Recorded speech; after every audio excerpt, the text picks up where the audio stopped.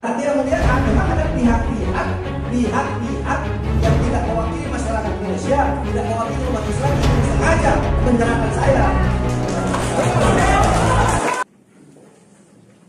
Saudara dokter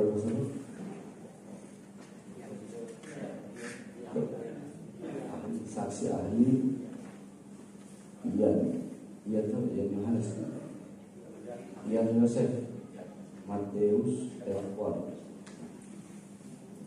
Nasrani. Oh, baik, saya tidak akan panjang lebar saksi ahli. Anda ini ahli ITE apa ahli hukum? Itu aja. Saya Ahli ITE. Nah, ketika Anda ahli ITE, kenapa ketika di BAP ada berapa tadi masalah hukum yang dijawab? Hah? Kenapa Anda menjawab 14 masalah hukum padahal Anda ahli ITE? Jadi yang saya jawab itu menurut aturan dari ITE. Orang ITE itu mengerti kan, memahami tentang hukum, tapi bukan dalam kayak hukum pidana, mungkin enggak. Tadi bahwa tadi ada mengunggah gitu. Itu sebenarnya hal yang utamanya malah di telekomunikasi sebenarnya gitu. Bukan gimana cara memperlakukan.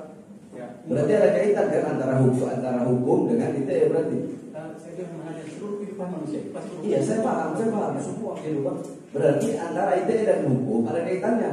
Berarti Anda sebagai ahli ITE dan mencakup ahli hukum juga berarti. Karena di sini keterangan BAP Anda ada masalah hukum. Ketika jawaban BAP Anda, saksi ini dari awal dia bukan ahli IT, hanya saksi pernah kuliah S1 2014 kuliah. Pernah. Doktornya itu bidang apa? Saya bidang telekomunikasi. Bukan bidang hukum ya? Bukan bidang hukum. Ya. Baik, cukup dijawab aja dokter saksi ahli. Kenapa kok Anda cukup dijawab aja? Jadi jawab. Ya. Saya tidak paksa. Saya tidak membahas tentang hukum, terutama hukum pidana, saya tidak bahas hukum. Tapi mau saya apa istilahnya mengetahui informasi tentang hukum karena iya. Gitu. Oh, jadi Anda jawab juga ketika ditanya masalah hukum Anda jawab juga. Padahal Anda saksi. Saya tidak menjawab secara hukum, coba misalnya bisa dipakai bilang mana tadi ya. Jadi nanti pemahamannya lebih dalam ya. Bukan lebih dalam, bukan. Ini kan semua masalah hukum. Nih contoh. Sesuai keahlian saudara dalam bidang informasi dan transaksi elektronik, jelaskan apakah yang maksud dengan A. Setiap orang. B. Dengan sengaja dan tanpa hak. C.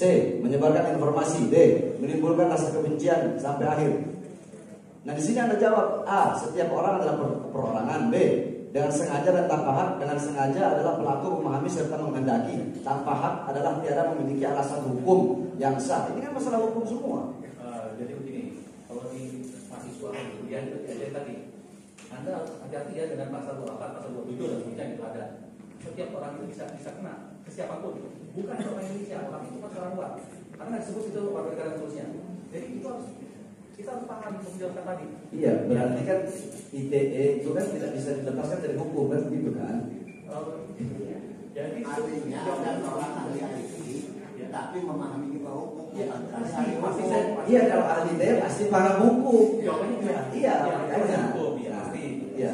Berarti jawabannya iya kan? Iya. Nah, iya atas pertanyaan saya. Saya harus berkomunikasi juga. Tapi saya kalau tidak tetap undang-undang komunikasi nggak beda. Karena banyak urusan referensi, urusan apa saya harus paham juga. Ya. Berarti atas pertanyaan saya jawaban Anda iya. Ya, saya memahami hukum ya. Ya, iya jawabannya itu kan. Saya memahami hukum juga. Ya. Makanya Anda menjawab seperti itu. Karena Anda memahami hukum, iya kan? Nah, iya. Baik, pertanyaan selanjutnya. Tadi ketika ditanya oleh Bang Ajis, ya, Anda berpendapat pribadi atas komentar-komentar atau pernyataan-pernyataan dari saksi MUI bahasa yang dimana menurut pendapat pribadi Anda, ya, ceramah yang diperlihatkan itu, ya, informasi elektronik dalam video yang diupload menandakan adanya rasa kebencian atau permusuhan individu dan atau kelompok masyarakat tertentu berdasarkan atas suku, agama, ras, dan antar golongan atau dalam kurung sara. Itu kan pendapat pribadi Anda. Nah, sekarang saya ingin tanya, kalau pendapat pribadi Anda menurut saksi ahli sebagai ITE, bukan sebagai pribadi, tapi pendapat Anda sebagai ITE, saksi ahli ITE. Ya, sebagai ahli ITE tadi. Iya, bukan. Ini kan pendapat Anda sebagai pribadi. Nah, saya ingin bertanya, bagaimana pendapat Anda sebagai ahli ITE, bukan sebagai pribadi? Agak berbeda. Tidak diakui ini dulu. Ya, ini kalian saya tadi kelewat semua soalnya. Bukan kelewat. Ini kan Anda kan di sini kan ditanya di poin 16. Ya. Anda jawab tadi itu Ya, itu pendapat pribadi. Ya, pendapat pribadi berdasarkan pendapat tadi dari pendapat pribadi. Begini saksi ahli. Nggak mungkin nggak ya? Karena saya ahli IT, pasti pendapat pribadi saya IT juga. Itu pendapat pribadi dalam pengertian saudara sebagai ahli atau sebagai pribadi? Sebagai pribadi lah, sebagai pribadi. Nah, pertanyaan saya, kalau pendapat Anda sebagai ITE apa? Saya nggak bisa menjawabnya tadi sebenarnya. Itu silakan ahli bahasa. Berarti Anda tidak bisa menjawab. Ya. Anda tidak bisa menjawab sebagai ahli ITE. Sebagai ahli IT, Iya, sebagai ahli ITE Anda tidak bisa menjawab. jawaban saya seperti yang ada di sana. Jawaban ini pernyataan pribadi Anda tadi mengatakan. Yang saya tanyakan, apa jawaban dan pendapat Anda sebagai ahli ITE, bukan sebagai pribadi. Paham nggak Anda? Jadi berbeda ya. Begini, ahli ya, jadinya pada saat saudara diminta pendapatnya oleh penyidik ya, yang harus menolak pertanyaan yang sekiranya tidak ada kaitannya dengan kepentingan Anda untuk ya, relevan dengan kehadiran saya di sini, maksudnya begitu. Iya. Jangan memaksakan diri menjawab Jawab pribadi, itu aja Ya. kan. Ya. Polemik begini. Ya. Jadi saya menjawab karena pribadi saya sebagai orang ahli ITE, ya pribadi saya akan menjawab sebagai ahli ITE ya pasti dengan sendiri kan gitu. Kalau tidak, Bukan pendapat seorang sebagai ahli. apa? Bukan pendapat sebagai ahli. Ya pasti pendapat orang sebagai ahli Pak, mungkin enggak. Nah, berarti pendapat sebagai ya. berarti pendapat pribadi juga sebagai ahli ITE juga Ya sebagai ahli. ganda. Berarti apa? Dua pendapat ganda. Tidak.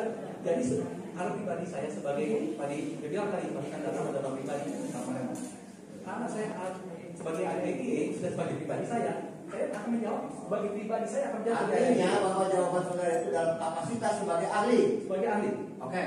Baik, jawabannya berarti sebagai ahli ITE kan? Jangan ngomong pribadi, tadi Anda ngomong pribadi jawaban Anda di situ. Itu yang ditanya. Jawab sebagai ahli ITE, jangan jawab sebagai pribadi. Saya bertanya lagi kepada Anda. Di sini penyidik bertanya, halaman 3 yang mulia. Halaman 3 poin C. Jelaskan apakah perbuatan yang menyebabkan video terposting di media sosial dapat dikategorikan telah menyebabkan informasi dokumen poin B sehubungan postingan atau unggahan atau kiriman video sebagaimana tersebut di atas yang diduga telah terjadi suatu tindak pidana. Jelaskan kapan dimulainya suatu tindak pidana, kapan dapat dikatakan telah berakhir, tanda tanya. Jelaskan. Anda menjawab. Jawaban Anda, tindak pidana mulai terjadi saat pelaku mengunggah video yang berisikan tindak pidana cyber. Tindak pidana berakhir jika channel video yang berisikan tindak pidana cyber sudah tidak dapat diakses. Betul tidak itu jawaban Anda? Benar. Nah, sekarang saya tanya, akun YouTube yang dipermasalahkan ini, kalau sudah tidak bisa diakses, berarti berakhir gitu tindak pidananya. Tindak pidana di akun YouTube tadi bukan tindak pidana secara keseluruhan, berbeda. Jadi gini, kalau sudah bisa diakses, buktinya mana larinya?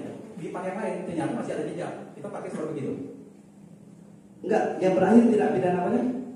Ya, sebagai tindak pidana tadi sebagai Tindak pidana berakhir jika channel video yang berisikan tindak pidana cyber sudah tidak dapat diakses. Ya. Berarti kan berhenti pidananya, sebagaimana pertanyaannya.